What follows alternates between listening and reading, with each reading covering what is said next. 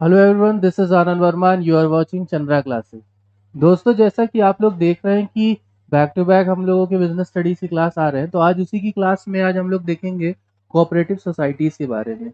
जैसा कि दोस्तों अभी तक हम लोगों ने सेकेंड चैप्टर में जॉइंट हिंदू फैमिली के बारे में पढ़ा, सोल प्रोप्राइटरशिप के बारे में पढ़ा, पार्टनरशिप के बारे में पढ़ा।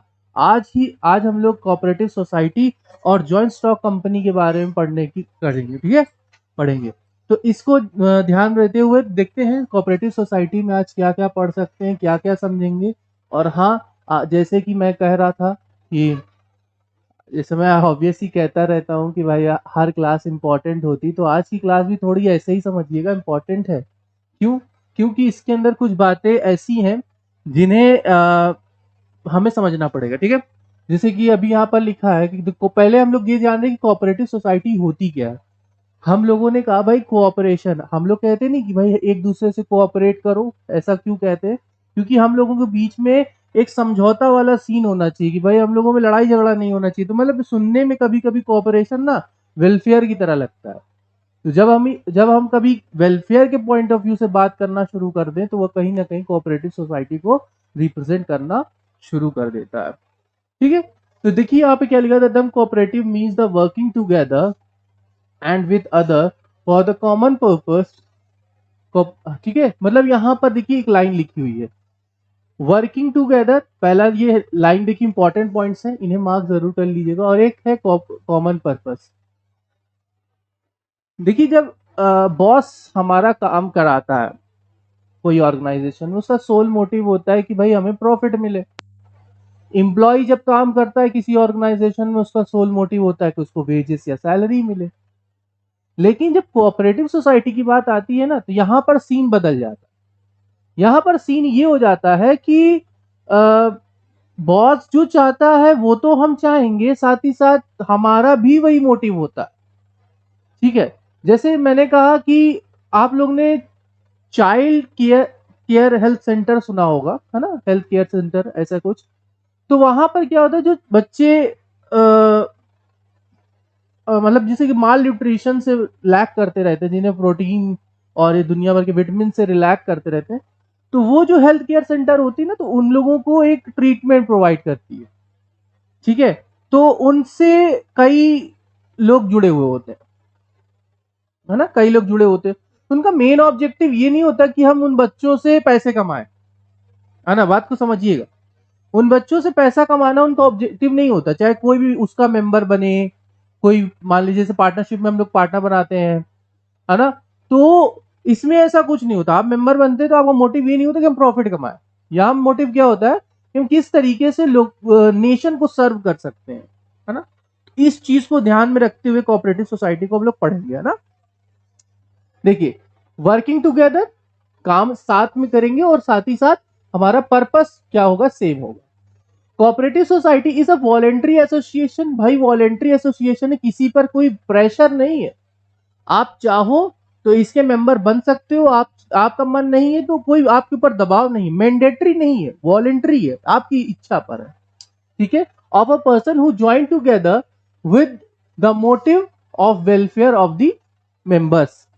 अच्छा, यहां पर एक लाइन लिखा हुआ है, welfare of the members. Welfare of the members in the sense कि आपने एक ग्रुप बनाया। बड़ा ध्यान समझिएगा, आज ये कोऑपरेटिव सोसाइटी समझ गए ना, तो आप शायद किसी को समझा भी सकते हो। मान लीजिए ये एक सोसाइटी है और इसमें कई लोग खड़े हो जाते हैं और कहते हैं काम करते हैं यार, हम लोग अपना फंड इकट्ठा करते हैं हर मंथ। सुनिएगा, हर मंथ क्या करते हैं, मान लीजिए ये 8 लोग हैं, 8 लोगों ने 200-200 रुपए लगभग क्या किया, कलेक्ट किया। तो कितने हो जाएंगे भाई, 1600 समथिंग हो जाएगा।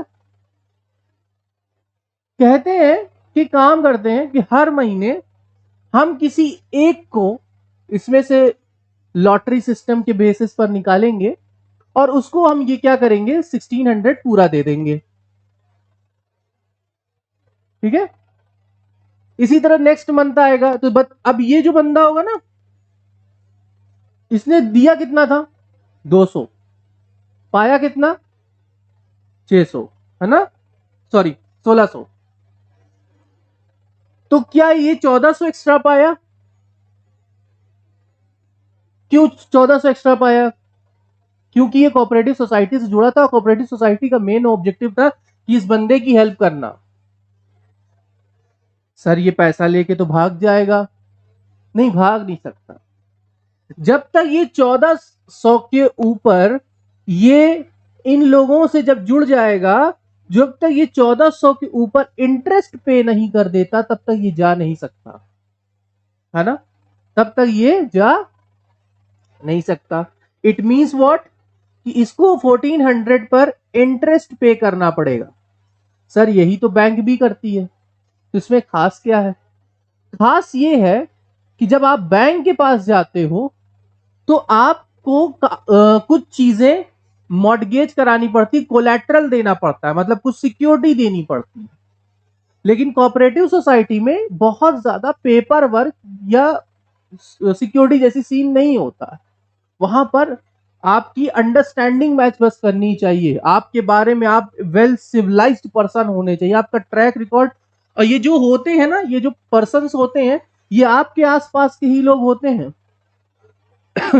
ठीक है, आसपास के लोग ही होते हैं जो आपके बारे में बहुत अच्छे से जानते हैं। आप भाग नहीं सकते पैसा लेकर के, ठीक है। तो इस तरीके का ये क्या करते हैं, हेल्प करते हैं एक दूसरे की। अच्छा ठीक है। अच्छा इनका मेन मोटिव भी क्या होता है? सर पैसा लेना मेन मोटिव होता है? नहीं, पैसा लेना मेन मोटिव नहीं होता।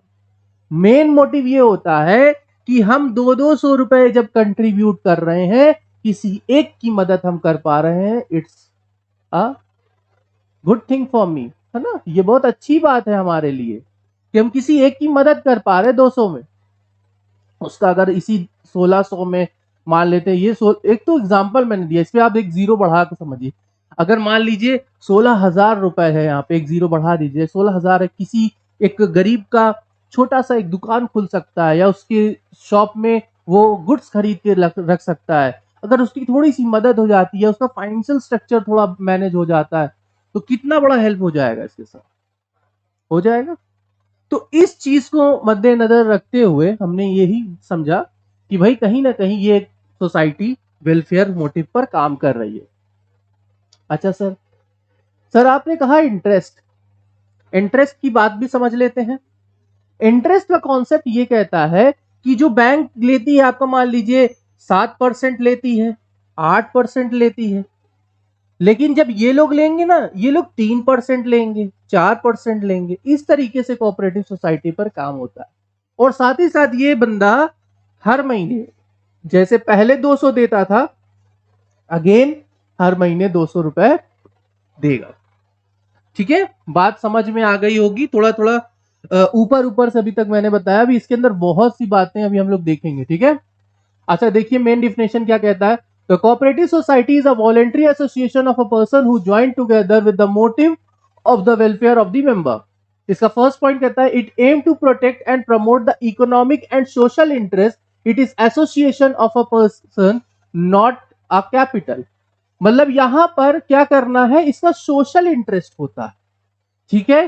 Promote the economic and social interest, है ना, क्या क्या प्रमोट करना होता है, इकोनॉमिक एंड सोशल इंटरेस्ट को। ये एसोसिएशन कहीं भी कैपिटल फॉर्मेशन का काम नहीं करती, मतलब इसका काम ये नहीं है कि हम क्या करें, खूब ढेर सारे कैपिटल से इकट्ठा कर ले, खूब फंड से इकट्ठा कर ले, प्रॉफिट अर्न कर ले, ऐसा कुछ नहीं होता।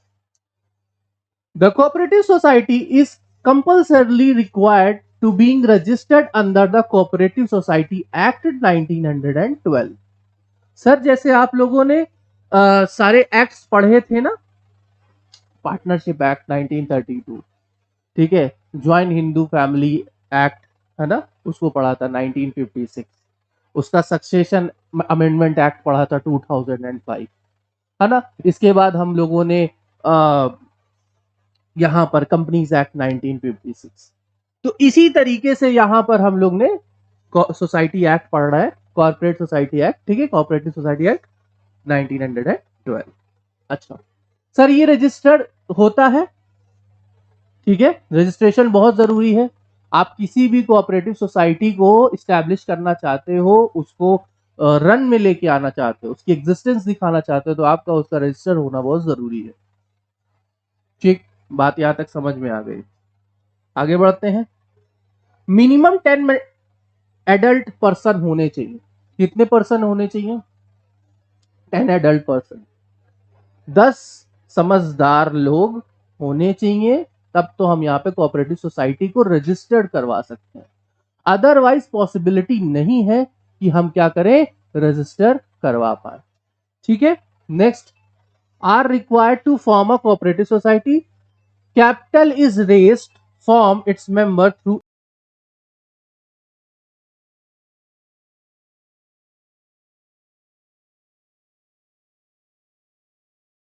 इशू कर दिया। अच्छा, शेयर वाली जब बात आएगी ना, तो इसको बड़ा ध्यान से समझना। शेयर बहुत इंपॉर्टेंट टर्म बनता है। अगर हम लोग बिजनेस स्टडीज पढ़ते हैं ना, तो शेयर का बहुत बड़ा रोल है। शेयर को हम लोग कैपिटल में कंट्रीब्यूशन का एक बहुत ही इंपॉर्टेंट पार्ट समझते हैं। अगर शेयर सिस्टम ना हो तो हम कैपिटल का अरेंजमेंट नहीं कर सकते। ठीक है, और शेयर होल्डर को हम क्या कहते हैं, रियल ओनर। क्या कहते हैं? Real owner of a company, या मेन ओनर बोल देंगे।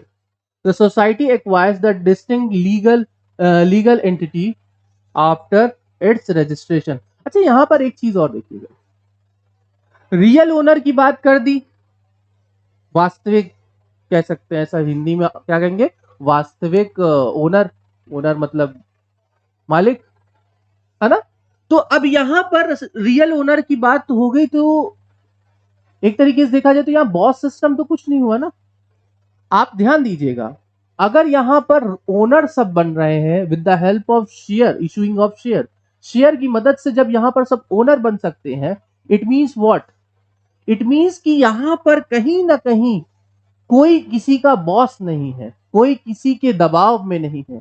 ये क्या है, वॉलेंट्री है। आप आए, आप अपनी इच्छा से आए, आप जाना चाहते हैं, आप अपनी इच्छा से जा सकते हैं। आप अपना कैपिटल कंट्रीब्यूट कितना करेंगे वो आपकी इच्छा पर डिपेंड करता है।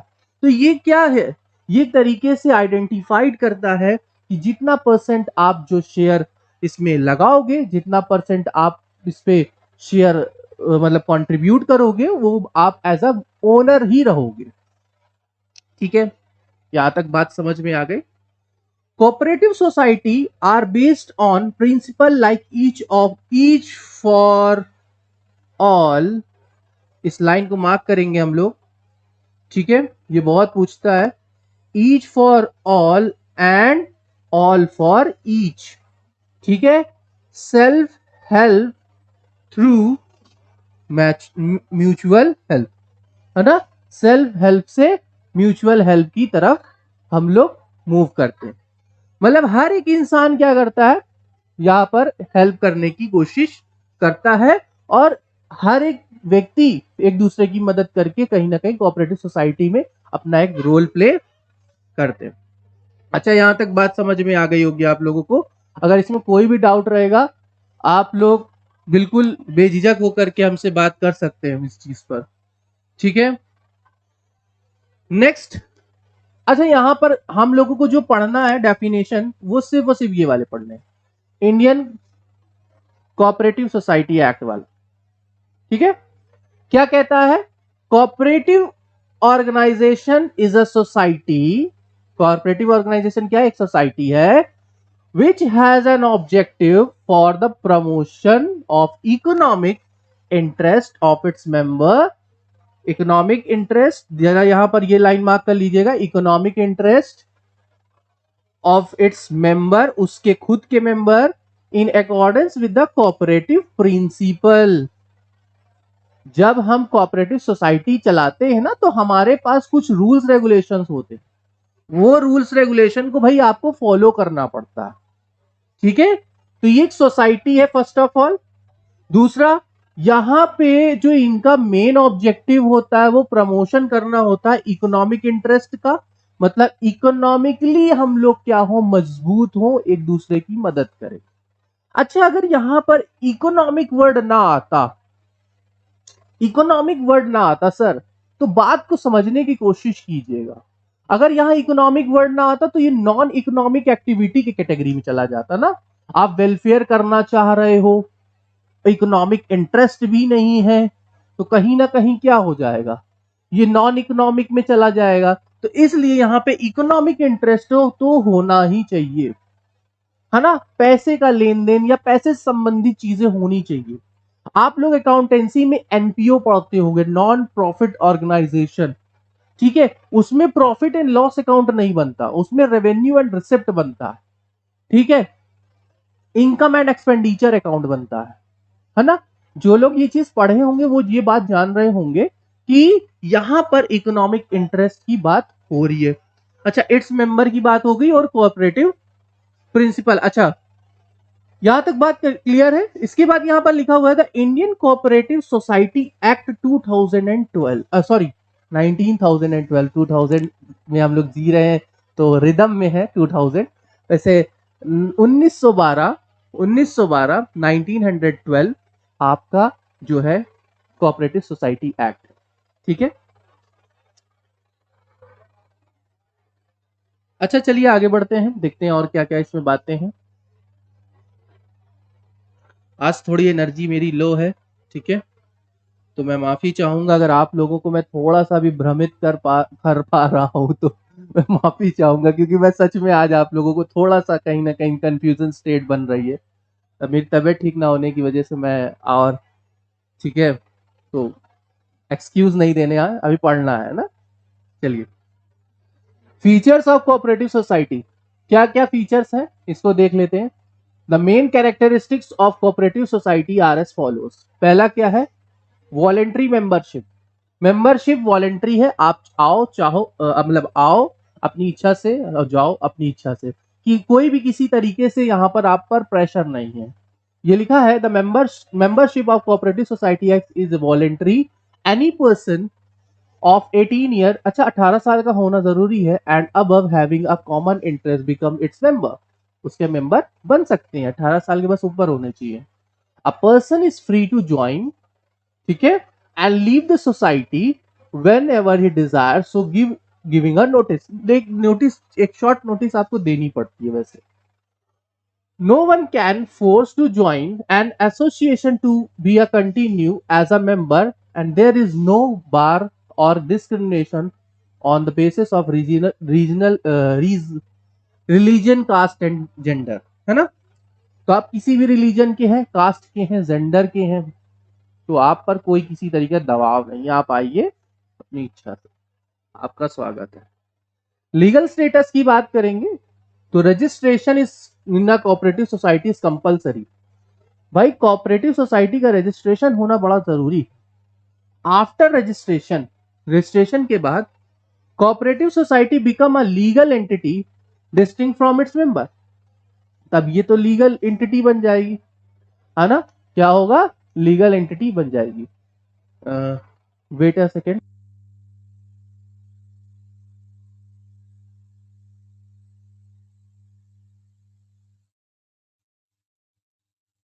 ओके क्लास, तो अभी तक हम लोग क्या देखे, कोऑपरेटिव सोसाइटी क्या है, आपकी कंपलसरी की बात हो गई कि भाई यहाँ पर हमारा कंपलसरी हो गया कि भाई रजिस्ट्रेशन होना जरूरी है। फिर क्या कहता है, it can own properties and make a contract at its own name, and it can also sue and be sued by its own name. अच्छा, यहाँ पर जब सीधी सी बात है रजिस्ट्रेशन हो सकता है, तो आप कहीं ना कहीं उसके वहां के जो मेंबर्स होंगे उनके लिए भी आप फाइल कर सकते हो, केस फाइल कर सकते हो अगर वो कुछ डिस्क्रिमिनेशन करते हैं, और वो लोग भी आप पर फाइल कर सकते हैं।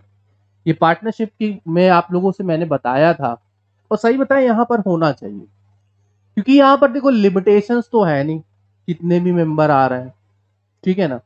मिनिमम इसमें सीन बनता है कि 10 एडल्ट मेंबर होने चाहिए। Cooperative society act registration act 1912 में आपका 1912 में आपका रजिस्ट्रेशन हो जाएगा। अच्छा, 1912 में जब रजिस्ट्रेशन हो गया तो उसके बाद 10 लोग हैं, मैक्सिमम आते जा रहे हैं शेयर के फॉर्म में, डिस्प्यूट होना लाजमी है। तो रजिस्ट्रेशन अगर रहता है तो आप कहीं ना कहीं लीगल आइडेंटिटी बनकर अपने आप को बचा सकते हो। Being a separate legal entity. अच्छा, यहाँ पे सेपरेट लीगल एंटिटी है और यहाँ पर लाइबिलिटी भी लिमिटेड होगी। सर याद आ गया, सेपरेट लीगल एंटिटी मतलब liability limited. It is not affected by the enter और एग्जिट ऑफ द मेंबर। और अच्छा, ये एग्जिट हो जाए वही परपेचुअल सक्सेशन वाला सीन हो गया, कोई आए या जाए कोई फर्क नहीं पड़ता, है ना, क्योंकि यहाँ पर जो मेंबर्स तैयार होते, जो बोर्ड ऑफ मेंबर्स तैयार होते हैं वो भी वोटिंग से तैयार होते हैं, है ना, तो कोई किसी के दबाव में नहीं है, कोई किसी का ओनर नहीं है, इस तरीके से यहाँ पर काम होता है। अच्छा, नेक्स्ट आगे बढ़ते हैं। तो बात ये चीज समझ में आ गई। देखो, हमने लाइबिलिटी की बात जैसी की तो यहाँ पर सेकेंड पॉइंट में आ गया कि लाइबिलिटी आपकी लिमिटेड है क्योंकि सेपरेट लीगल एंटिटी है ना सर। हम अब सीख गए इस चीज को, सर बताने की जरूरत नहीं, कहीं पर अगर वर्ड आ गया ना सेपरेट लीगल एंटिटी, तुरंत हम बोल देंगे कि भाई तुम्हारी तो लाइबिलिटी क्या होगी, लिमिटेड होगी। और सेपरेट लीगल एंटिटी नहीं, नो सेपरेट लीगल एंटिटी, तो हम कह देंगे तुम्हारी लाइबिलिटी अनलिमिटेड है। इस तरीके से समझ लेंगे। The liability of its member of a cooperative society is limited to the extent of the amount contribution. भाई अमाउंट जितना कंट्रीब्यूट किए उतना ही होगा ना, as the capital and minimum maximum member of their subscription of share. तो मतलब यहाँ पर आपका कितना परसेंट आपने कैपिटल कंट्रीब्यूट किया है, वो सारी चीजें यहाँ पर आपको आपकी लिमिटेशंस बनती है। अच्छा, इसके बाद देखिए कंट्रोल की बात हो रही है, ठीक है। कंट्रोल की बात करेंगे। Such society are run on the democratic pattern and equality.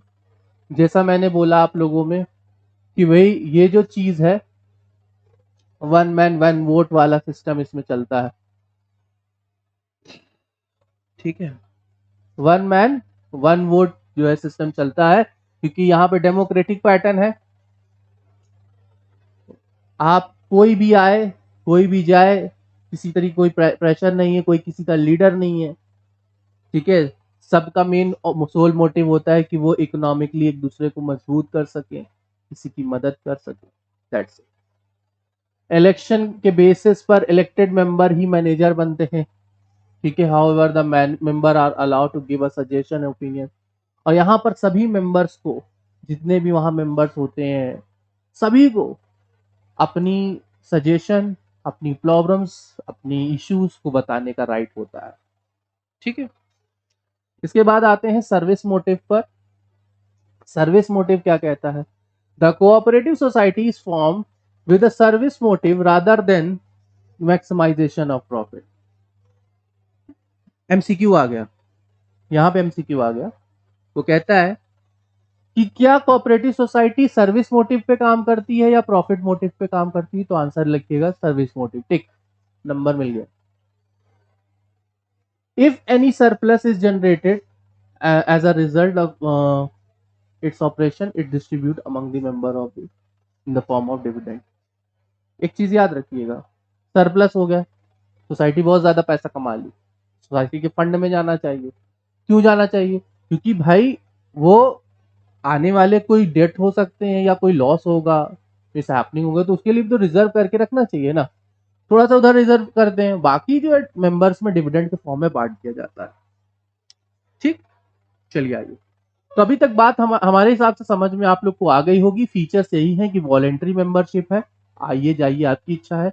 Legal status होता है, भाई रजिस्ट्रेशन करवाना जरूरी है।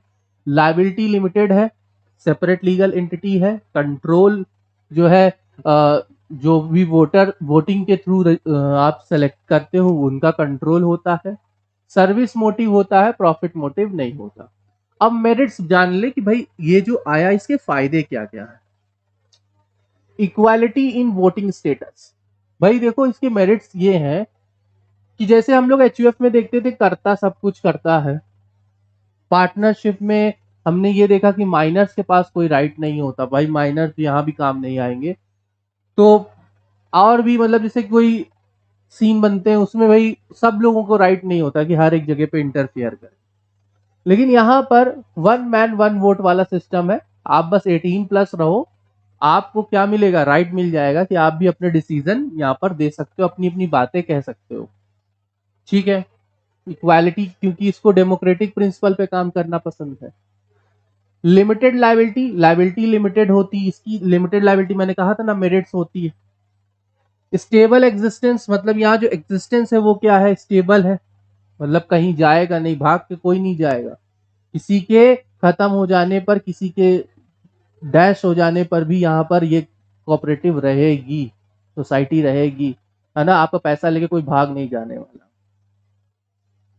इकोनॉमी इन ऑपरेशन, मतलब यहाँ पर जो भी ऑपरेशन हो रहे हैं, मतलब एक तरीके से जो इकोनॉमिक लेवल पे हो रहा है, इसको समझ लेते हैं।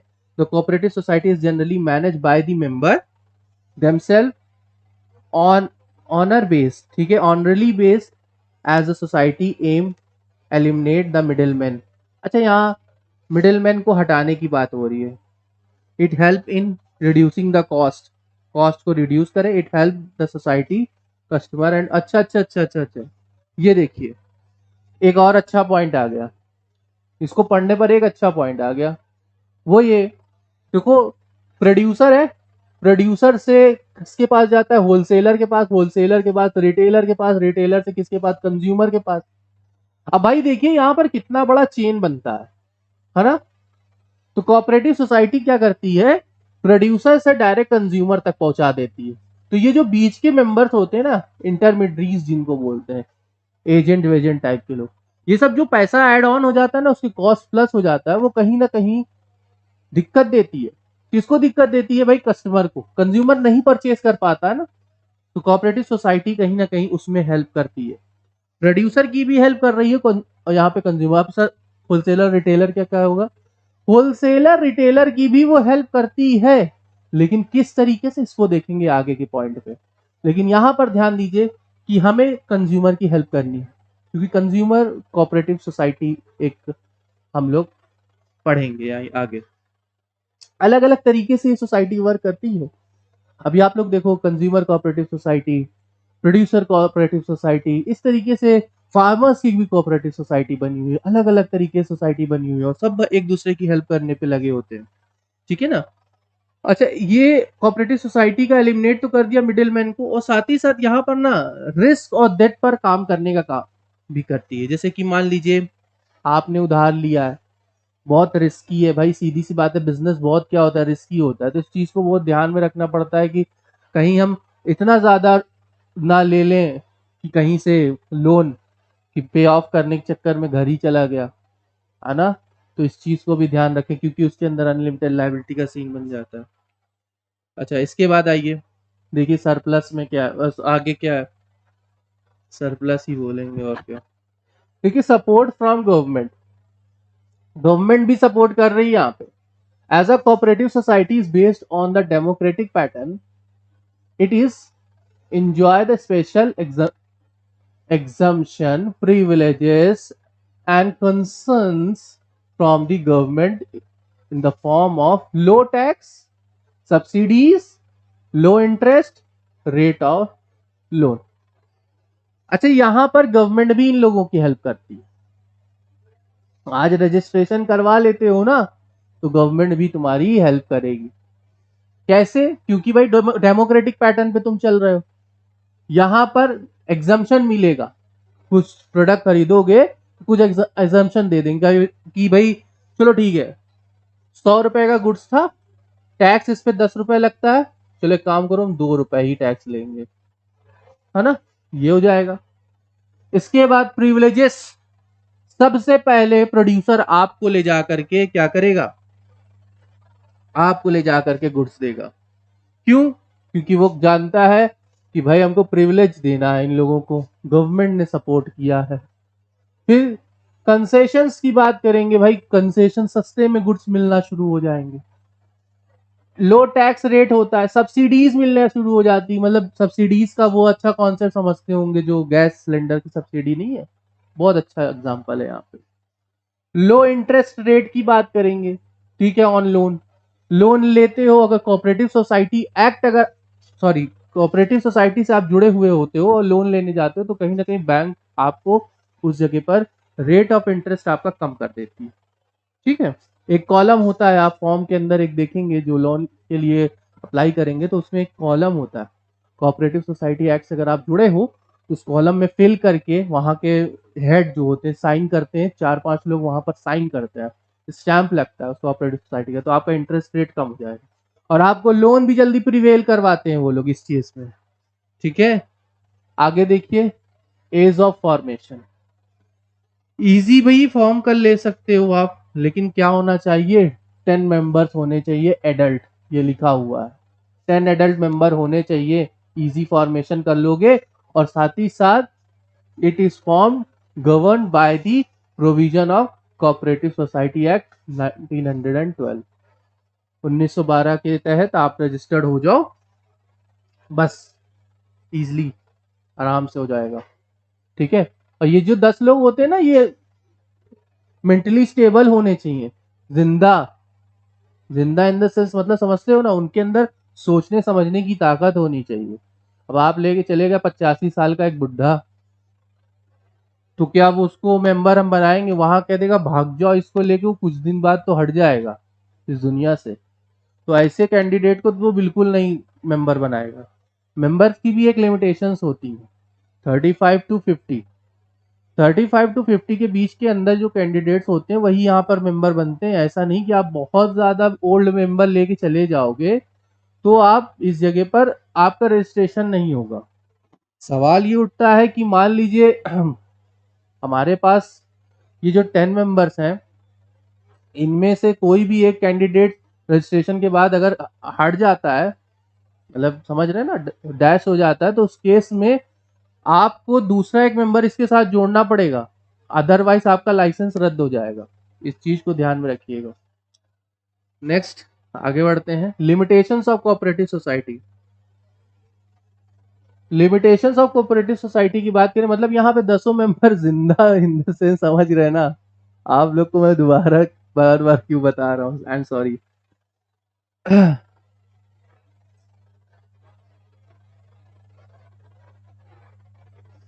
limitations of cooperative society, the cooperative society suffers from the following limitations। कुछ limitations इसके अंदर है, ड्रॉबैक है। पहला, रिसोर्स लिमिटेड है। रिसोर्स क्या है, लिमिटेड है। ठीक है भाई, बात तो समझ में आ रही है, इसीलिए यहाँ पे मेंबर्स लोगों से जोड़ करके कैपिटल को बढ़ाने की कोशिश की जाती है। फिर उसके बाद इनएफिशिएंट इन मैनेजमेंट, भाई मैनेजमेंट में इनएफिशिएंसी भी होती है। कोऑपरेटिव सोसाइटी है भाई, अब यहाँ पे अच्छे मैनेजर को, well qualified manager, experience person को उठा करके नहीं रख सकते, सैलरी देनी पड़ेगी। पहली बात तो कैपिटल तुम इतना थोड़ा थोड़ा कंट्रीब्यूट कर रहे हो, उस पर इतना ज्यादा तुम कहाँ से दे पाओगे, इस बात को भी हमें समझना पड़ेगा। तो इनएफिशिएंट मैनेजमेंट कहीं ना कहीं हो जाता है। देखिए यहाँ पर देखिए लिखा हुआ है, the societies are unable to employ the experts, है ना, एक्सपर्ट्स को नहीं एम्प्लॉय कर सकते because they are unable to pay a high salary, they manage the committees elect by its member. और भाई सीधी सी बात है, इसी वजह से वो लोग क्या करते हैं, प्रोफेशनल हायर ना करके वोटिंग के थ्रू अपने में से ही कोई सक्षम व्यक्ति को उठाते हैं और कहते हैं भाई काम करना शुरू करो, डिसीजन देना शुरू करो, जो बता सकते हो बताओ, उस हिसाब से काम होगा। लैक ऑफ सीक्रेसी की बात करेंगे। कहां से आ गए तुम, एक मिनट रुक जाइए। गुड, गुड, चलिए। लैक ऑफ सीक्रेसी की बात करें तो भाई सीक्रेसी नाम की चीज तो होनी ही नहीं है। जो ऑर्गेनाइजेशन, एक चीज और याद रखिए, जो ऑर्गेनाइजेशन रजिस्ट्रेशन करवा ले, जो ऑर्गेनाइजेशन लिमिटेड लाइबिलिटी कर ले, जो ऑर्गेनाइजेशन सेपरेट लीगल एंटिटी के काम करना स्टार्ट करे, वहां सीक्रेसी तो मेंटेन कर ही नहीं सकते, ये भी याद रखिए।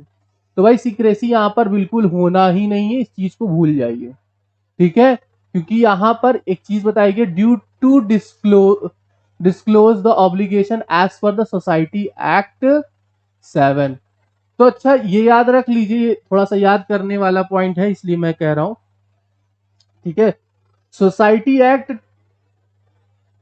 7, ठीक है, सोसाइटी एक्ट 7 के तहत ये बताया गया है कि भाई ऑब्लिगेशंस हैं आपका, कि आप जो है अपनी जो भी बातें हैं वो बता के करोगे, बिना बताए आप कर ही नहीं सकते। यहाँ छुपाने जैसी कोई सीन नहीं है, ठीक है। They know all the members, every member is free to inspect the book of society in any time. तो भाई सीधी सी बात है, सारे मेंबर्स के पास राइट है कि वो कभी भी जाएं, बुक उठाएं और इंस्पेक्ट करना शुरू कर दें, ऑडिटर बन जाए अपने में कि भाई हम ऑडिटर बन गए आज से, ठीक है। Next, government control. Government control की बात करेंगे भाई, इन रिटर्न ऑफ प्रिवेलिंग, भाई गवर्नमेंट कहीं ना कहीं कोऑपरेटिव सोसाइटी को इतनी चीजें देता है, तो भाई सीधी सी बात है उसके अंदर गवर्नमेंट का कंट्रोल तो आएगा। ऑब्वियस सी बात है, गवर्नमेंट इतनी चीजें हमें प्रोवाइड कर रहा है तो गवर्नमेंट का कंट्रोल अपने आप आ जाएगा। सब्सिडीज प्रोवाइड कर रहे हो, कंसेशन प्रोवाइड कर रहे हो, है ना, प्रिविलेजेस दे रहे हो, टैक्स में भी रिडक्शन दे रहे हो, लोन में भी रिडक्शन दे रहे हो, तो भाई गवर्नमेंट पूछेगी ना, इतना हमने तुम्हें फैसिलिटी दिया, आखिर कर क्या रहे हो, तो गवर्नमेंट भी इंटरफेयर यहाँ पर करती है, ठीक है। अकाउंट इंस्पेक्ट करेगी, ऑडिटर अपॉइंट करने को कहेगी, यहाँ पे ऑडिटर अपॉइंट हो जाएंगे सर, याद रखिएगा। पार्टनरशिप में आप ऑडिटिंग करवाइए ना करवाइए, इट्स योर चॉइस, लेकिन आप इस जगह पर ऑडिटिंग करवाना कंपलसरी है। यहां पर याद रखिए, कंपनी में जो भी कंपनी या कोई भी कोऑपरेटिव सोसाइटी, कोई भी ऑर्गेनाइजेशन जब रजिस्टर्ड हो जाती है, उस जगह पर ऑडिटिंग होना जरूरी है। सर पार्टनरशिप एक्ट 1932 के हिसाब से अगर रजिस्टर्ड हो गए तो क्या करना पड़ेगा क्या? हाँ करना पड़ेगा, उस जगह सॉरी उस जगह पर करना पड़ेगा, क्योंकि जब वो रजिस्टर कर रही ना, तो इट मीन्स कि वो हाई लेवल पर बिजनेस करने के लिए तैयार हो रही है ना। और वो पार्टनर्स के बीच में किसी तरीके डिस्प्यूट नहीं चाहते, और साथ ही साथ वो देखना चाहते हैं कि हमारा पार्टनरशिप कैसे चल रहा है, हमारा फर्म बढ़ रहा है, घट रहा है, क्या है। तो अच्छा, ऑडिटर को वॉच डॉग बोलते हैं, याद रखिएगा, ठीक है। एक बार आया था एमसीक्यू में कि उसको वॉच डॉग बोलते हैं कि हाउंड डॉग बोलते हैं, ठीक है। तो उसको वॉच डॉग बोला जाता है, ठीक।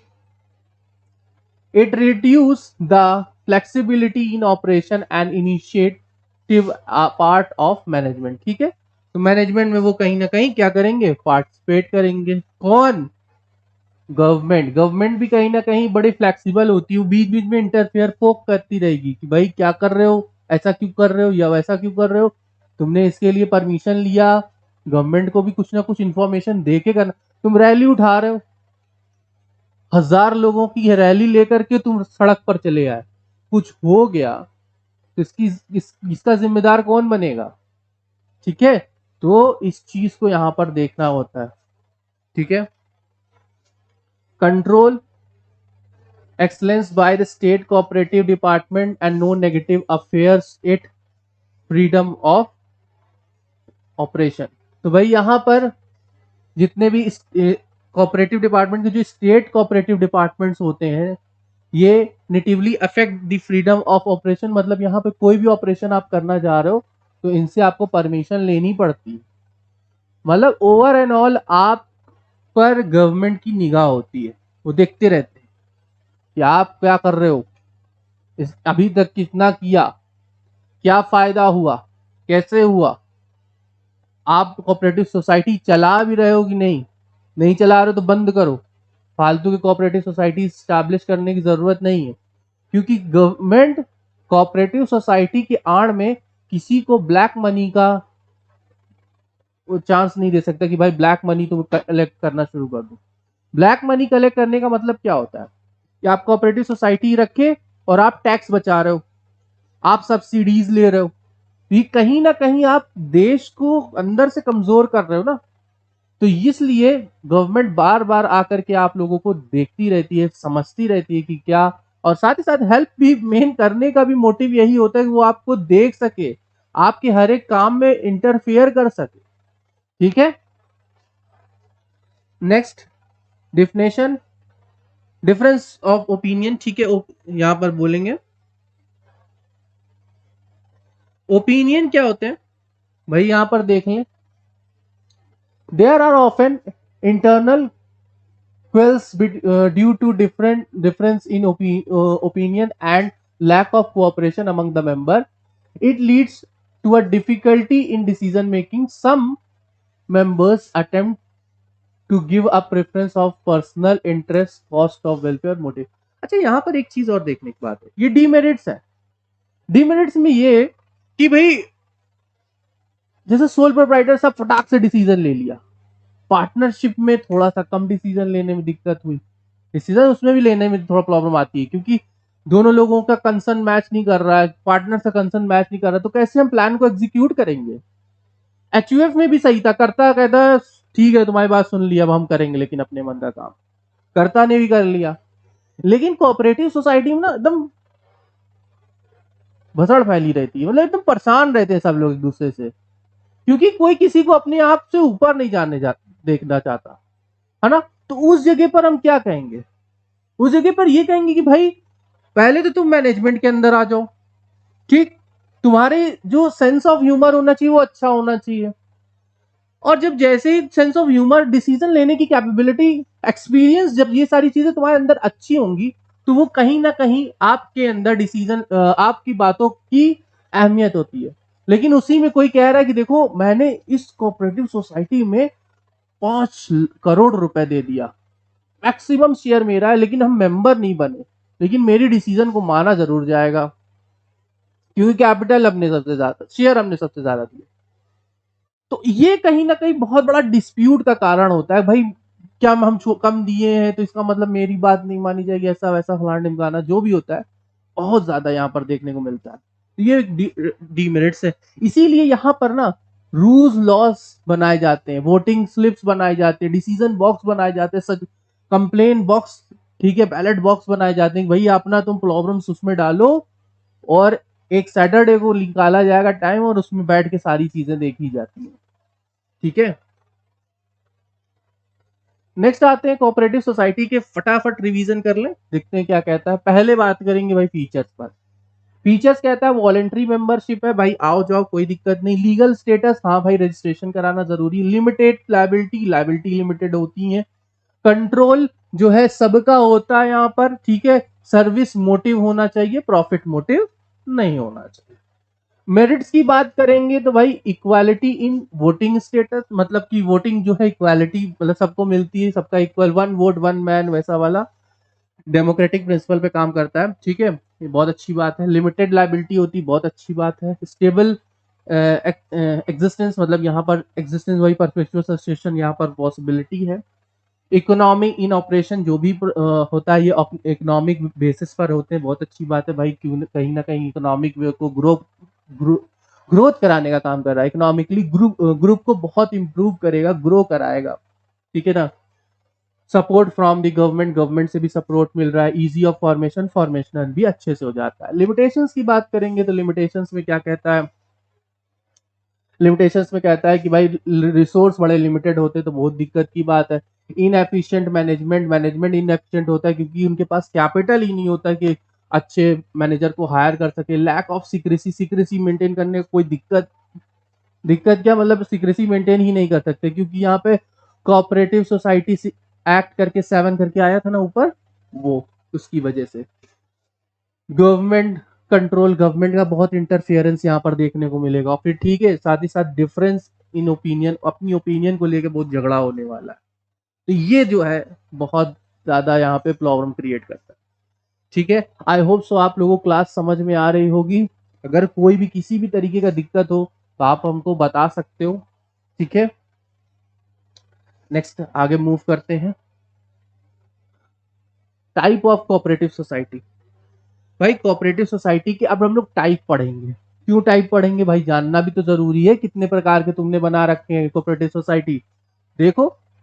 तो भाई टाइप ऑफ कोऑपरेटिव सोसाइटी में कहता है पहला है कंज्यूमर कोऑपरेटिव सोसाइटी। भाई कंज्यूमर से ही समझ में आ रहा है कि हम कंज्यूमर को प्रोटेक्शन देंगे। गाय यहाँ पर बनी, गाय बचाओ जरूरी है, ठीक है। नहीं तो आने वाले टाइम में जो देसी घी तुमको 500 में मिल रहा है ना, समझ लो सोने की, मतलब सुनार की दुकान में मिलेगी तुम्हें देसी घी और पनीर, ठीक है। गाय बचाओ, चलो एक मजाक की बात।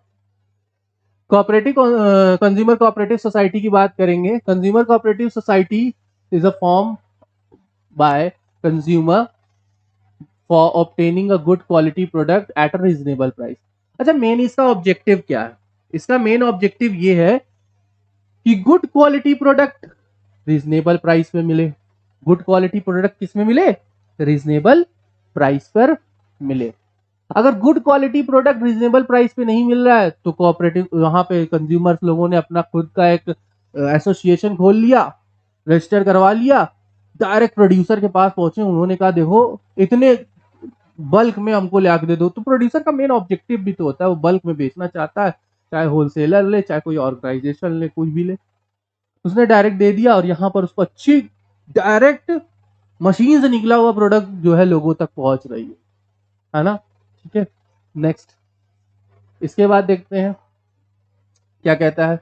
Society aim to eliminate the middleman. ठीक है, मिडिलमैन को हटा दिया by purchasing of goods in bulk directly from the manufacturer and wholesaler and selling them to its member, और अपने मेंबर्स को बेचना शुरू कर दिया। बहुत से ऐसे ऑर्गेनाइजेशन आए, जैसे आपका एमवे भी काम इसी तरीके से करता था, आरसीएम आया था रिटेल मार्केट करके ऐसा कुछ, ठीक है, वो भी ऐसे काम करता था। बहुत से ऐसे ऑर्गेनाइजेशन खुले थे। इसके बाद the profit or surplus if any distribute amongst the member either on the basis of their capital contribution or in the proportion of their purchase। तो भाई उनके मेंबर्स में क्या हो गया, धीरे धीरे ये चीजें फैलनी शुरू हो गई। ठीक, जब प्रॉफिट ज्यादा हो गया भाई, सीधी सी बात है, कोई खरीद बेच ज्यादा कर रहे हैं, ये लोग भी तो फ्री में ये लोग भी तो ऐसा तो है नहीं कि जितने में खरीद के लाए उतने में ही बेच देंगे, थोड़ा सा बड़ा है कि बढ़ेंगे बेचेंगे। लेकिन यहाँ पे कहीं पर होलसेलर और रिटेलर जैसा तो नहीं बेचने वाले ना। मान लो हमको किसी प्रोडक्ट खरीदना है, 15 रुपए में खरीद रहा हूँ, इनके पास जाऊंगा तो 13 में खरीदूंगा, 2 रुपए बचा ना। तो वो जो 3 रुपए का वो खरीद कर, वो जो 10 रुपए का खरीद के आ रहा है, जो 3 रुपए का यहाँ बेनिफिट हो रहा है, वो तो कहीं ना कहीं डिस्ट्रीब्यूट होगा ना among the partners, sorry members. ठीक है, नेक्स्ट प्रोड्यूसर कोऑपरेटिव सोसाइटी। भाई कंज्यूमर को तो तुमने फायदा पहुंचाया, प्रोड्यूसर को भी तो पहुंचाओ। तो यहाँ का producer cooperative society is form by the small producer who are desire to produce procure input for production of goods in order to meet the demand of consumer। ये वाले इसके बारे में मैंने प्रीवियस क्लासेस में बात की थी। छोटे छोटे जितने प्रोड्यूसर होते हैं ना, वो बड़े परेशान होते हैं। और किस लिए परेशान होते हैं, इसके पीछे का रीजन भी जानो। उसका रीजन ये होता है कि जो बड़े बड़े मैन्युफैक्चरिंग इंडस्ट्रीज होती हैं वो तो रॉ मटेरियल लेके भाग गई, बचा क्या? कैसे हम इसकी हेल्प करें, इन छोटे बच्चों को कैसे, इन छोटे छोटे जो है हमारे दुकानदार, उनकी कैसी मदद करें? उनकी भी तो मदद हमें करनी है, वो कैसे होगा? तो ये सोसाइटी बना दी, कही कि भाई छोटे छोटे जितने प्रोड्यूसर हैं, ठीक है, उनकी भी हम मदद करेंगे। ठीक है, तो ये हो गया हमारा प्रोड्यूसर कोऑपरेटिव सोसाइटी, यहाँ पर बनाया और उन लोगों की मदद करना शुरू। They are form to face the competition from a large scale products and they are also known at industrial cooperative society. अच्छा, इसको ना हम लोग प्रोड्यूसर कोऑपरेटिव सोसाइटी तो बोले, लेकिन एक और नाम है इसका, industrial cooperative society. Industrial cooperative society, industrial cooperative society, industrial cooperative society. ठीक है, भूलिएगा नहीं। नेक्स्ट आगे बढ़ते हैं। Society aim to fight against the big capitalist and want to enhance the bargaining power of small producer. ठीक है, यहां पर क्या करते हैं, उस सोसाइटी में रॉ मटेरियल खरीद करके लेके आया, और लेके आने के बाद इन छोटे छोटे प्रोड्यूसर्स लोगों से मिले और कहा भाई काम करो, तुम लोग हमसे ले लो, क्योंकि भाई रिसोर्स का क्या है, लैक कर रहा है, रिसोर्स लैक कर रही है, रिसोर्स बहुत ज्यादा अवेलेबल है नहीं, रॉ मटेरियल अवेलेबल है नहीं, काम करो तुम हमसे ले लो। ठीक है, क्योंकि इसका मेन ऑब्जेक्टिव यही है। अच्छा, आप लोग ने यहाँ पर एक नोटिस किया होगा कि कंज्यूमर को भी हेल्प हो रही, कोऑपरेटिव सोसाइटी बनी, प्रोड्यूसर की भी हेल्प हो रही, कोऑपरेटिव सोसाइटी बनी, हेल्प हो रहा है। ठीक है, फ्री में तो कोई नहीं दे रहा है, लेकिन हाँ हेल्प तो हो रहा है। अच्छा, अब यही सोच लो कि रॉ मटेरियल लेने जाता बाजार में, और हम जानते हैं कि जब रिसोर्स कम रहता है, डिमांड ज़्यादा रहती है, तो प्राइस ज़्यादा हो जाता है। लेकिन ये लोग ज़्यादा प्राइस में बेचेंगे नहीं, कहीं ना कहीं उनके मेंबर्स की हेल्प कर रहे हैं ना। Next, producer cooperative society are of two type, दो तरीके के होते हैं, ध्यान से।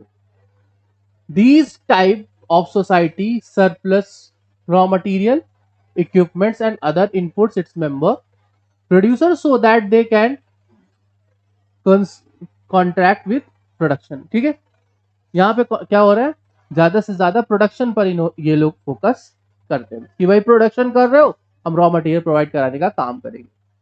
सेकंड वाले क्या हो गए, सेकंड टाइप सोसाइटी क्या होती, sell the goods producer by its member product. मतलब यहां पर तुम प्रोडक्शन कर रहे हो, तुम्हारे पास गुड्स इकट्ठा हो गए, तो उसको सेल कराने में भी मदद करते हैं। ये सोसाइटी का काम जानते हो, रॉ मटेरियल तो प्रोवाइड करवा रहे हैं जिसको तुम्हारे प्रोडक्शन में हेल्प करेगा। सेकंड में तुम्हारी चीज में ना, जब तुम प्रोडक्शन कर लेते हो और तुम्हें मार्केटिंग की हेल्प चाहिए, तो ये कहीं ना कहीं हेल्प कराएगी। ठीक है ना, तुम्हारे गुड्स को सेल कराने का काम करा देगा। इसके बाद क्या कहता है, profit are generally distribute among the member on the basis of their contribution to the total pool of the goods produce और sold by to the society.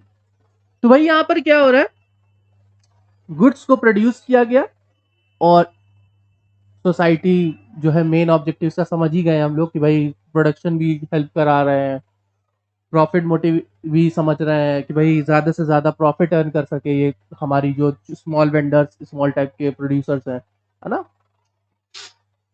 चलिए आगे बढ़ते हैं। आज आप लोग थोड़ा सा मेरे अंदर चेंज देख रहे होंगे, है ना, अगर बोलने में भी थोड़ी सी चेंज आ रही है, मैं देख पा रहा हूँ। उसका रीजन ये है कि भाई कुछ ज्यादा चेंज आ रहा, लगता है तबीयत ठीक नहीं है। These societies are enabled by the benefits of small producers who find the difficulties.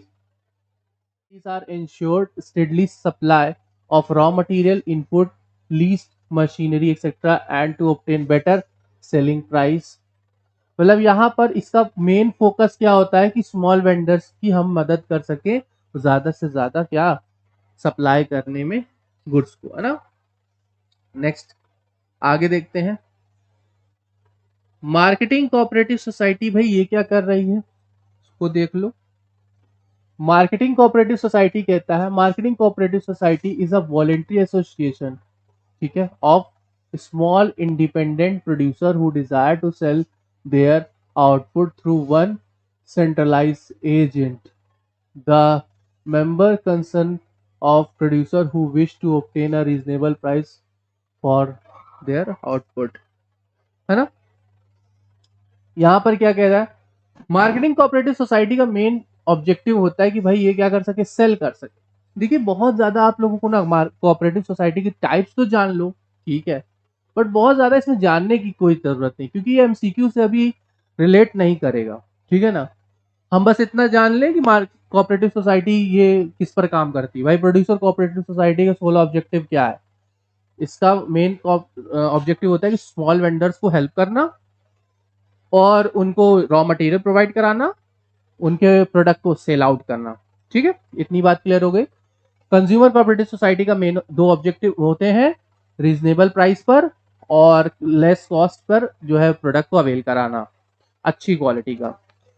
इसके बाद यहाँ पर आ जाएंगे मार्केटिंग कोऑपरेटिव सोसाइटी। इसका मेन ऑब्जेक्टिव होता है कि जो भी मार्केटिंग नहीं कर सकते, जो एडवर्टाइज नहीं कर सकती इंडस्ट्रीज या जो भी स्मॉल वेंडर्स नहीं कर सकते, वहां पर ये क्या कर सकते हैं, सेलिंग के लिए प्रमोट करेंगे ना।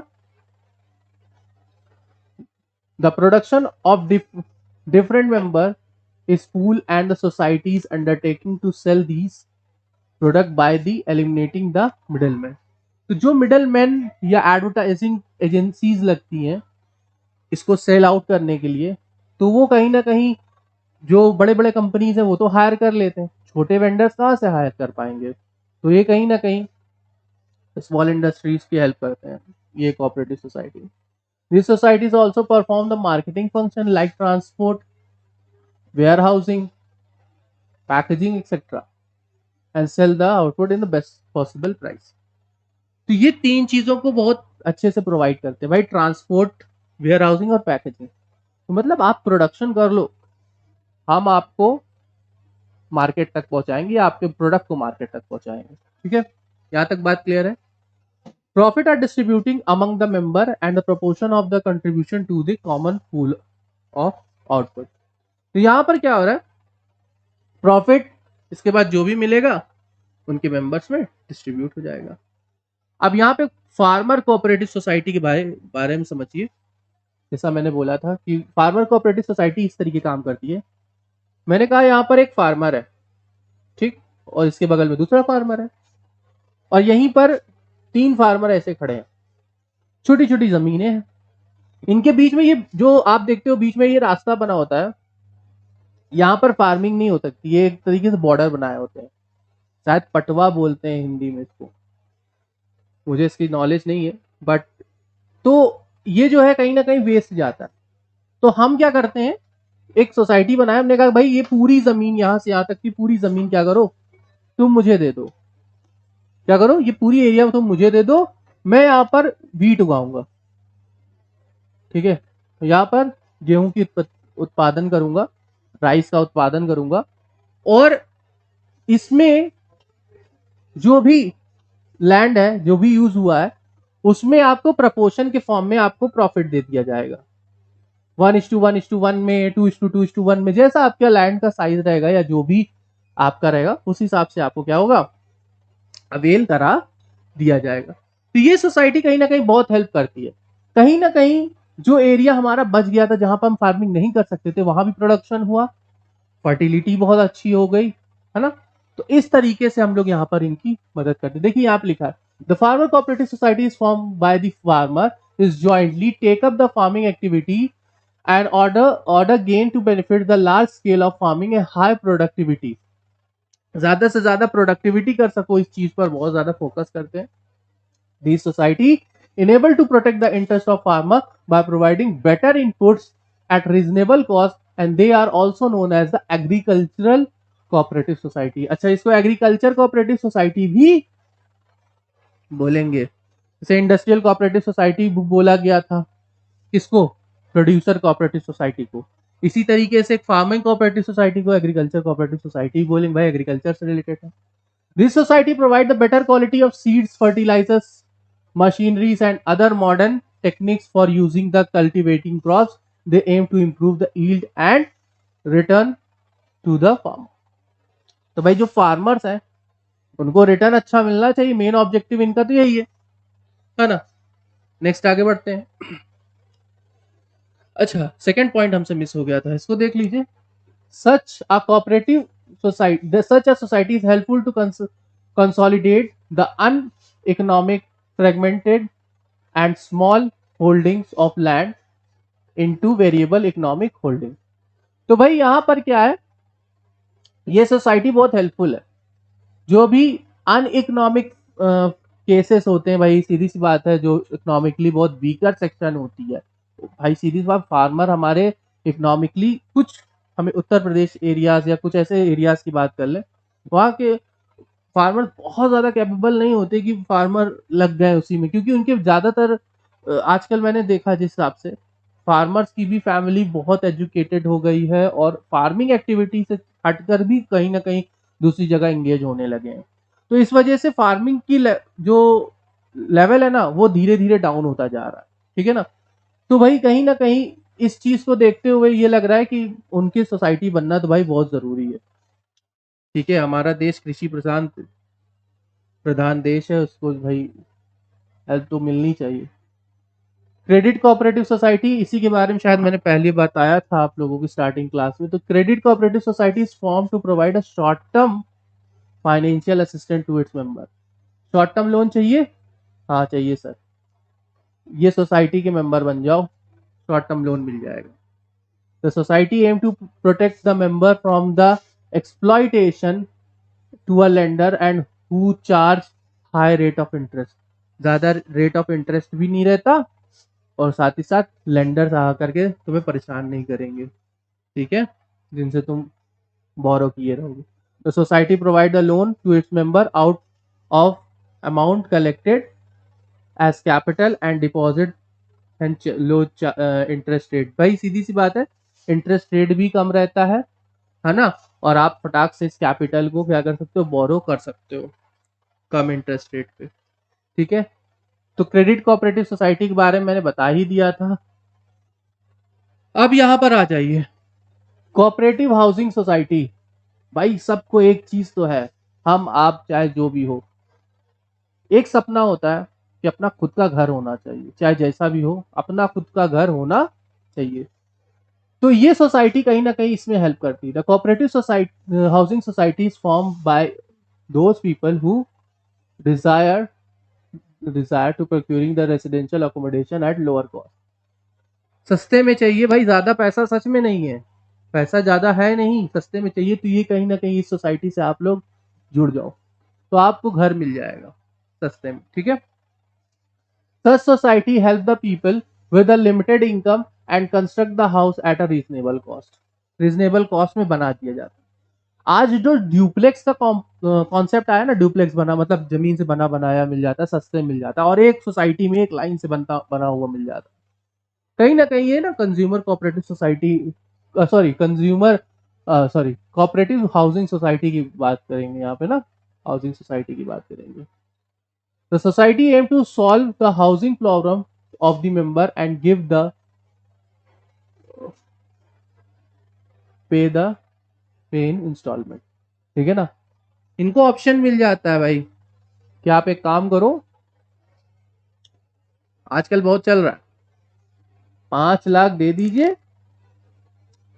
14 लाख के आप घर ले लेना, ठीक है। क्या करना, 5 लाख दे दीजिए, 14 लाख का घर आपका हो जाएगा, लेकिन जो आगे के पैसे होंगे ना उनको आपको इंस्टॉलमेंट में देना पड़ेगा। ये सिस्टम कहाँ से आया, यहाँ से आया, हाउसिंग सोसाइटी से, ठीक है। फिर द सोसाइटी इधर कंस्ट्रक्ट द फ्लैट कंस्ट्रक्ट करेगी, प्लॉट बनाएगी टू इट्स मेंबर विच दे, है ना, प्लॉट दे देगी, प्लॉट भी खरीद सकते हो, बना बनाया घर भी ले सकते हो। आप लोग को लग रहा होगा कि मैं कहीं घर वर बेचने वाला काम तो नहीं करता, नहीं, घर बेचने काम नहीं कर रहा, ये टॉपिक ये इसी तरह, ठीक है। चलिए देख लेते हैं सोसाइटी के यहाँ पे कुछ पॉइंट्स दिए हुए हैं।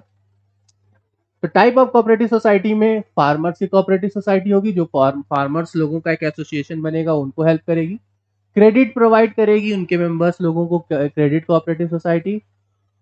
अच्छा, कोऑपरेटिव हाउसिंग सोसाइटीज जो हाउस प्रोवाइड करने का काम करती है, housing societies. Marketing cooperative society की बात करेंगे, ये जो मार्केटिंग से रिलेटेड, सेलिंग से रिलेटेड होंगी, उनको हेल्प करेंगी।